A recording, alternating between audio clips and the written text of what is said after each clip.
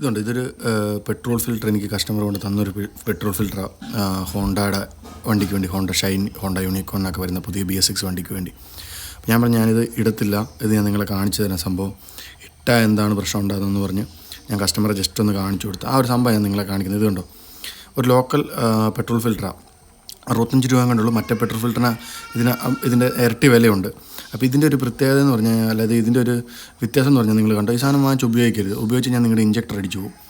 ഇത് ഈ വണ്ടിയുടെ അല്ല കൊണ്ടുവന്നേക്കുന്നത്, ആക്ച്വലി അത് മാറിപ്പോയി. അതല്ല ഞാൻ പറയുന്നത്, എല്ലാത്തിനും ഇതുപോലത്തെ കിട്ടും. അപ്പോൾ ഇതുണ്ടോ, ഇതിനകത്ത് ഉപയോഗിച്ചേക്കുന്ന ഒരു പശ അല്ലെങ്കിൽ അതിൻ്റെ പേപ്പർ ഫിൽറ്റർ, ഇതൊക്കെ വളരെ ലോ ക്വാളിറ്റി. ഈ പശ കണ്ടോ, ഇത് നമ്മൾ ചെരുപ്പൊട്ടിക്കത്തില്ലേ, ചെരുപ്പൊട്ടിക്കുന്ന ടൈപ്പ് ഒരുതരം പശ കൊണ്ടാണ് ഇവരിത് ഒട്ടിച്ചേക്കുന്നത്. അത് വരാൻ പോകുന്ന പ്രശ്നം എന്താണെന്ന് വെച്ച് കഴിഞ്ഞാൽ വേറൊന്നുമല്ല, നമ്മുടെ പെട്രോളും ഈ ഒരു പശയും കൂടി മിക്സ് ആകുമ്പം ഈ പശ അതിൻ്റെ അകത്ത് അലുത്ത് പോകും. പെട്രോളിനകത്ത് അലുത്ത് പോകുന്ന കൂടെ ഈ സാധനം നേരെ പോകാൻ പോകുന്നത് എങ്ങോട്ട് വെച്ച് കഴിഞ്ഞാൽ നമ്മുടെ ഇഞ്ചക്ടറിനകത്തോട്ടായിരിക്കും. ഉറപ്പായിട്ടും നമ്മുടെ ഇഞ്ചക്ടർ ഡാമേജ് ആകും. ഇത്ര സാധനം ഉപയോഗിച്ചാൽ ഒരിക്കലും ഉപയോഗിക്കരുത്.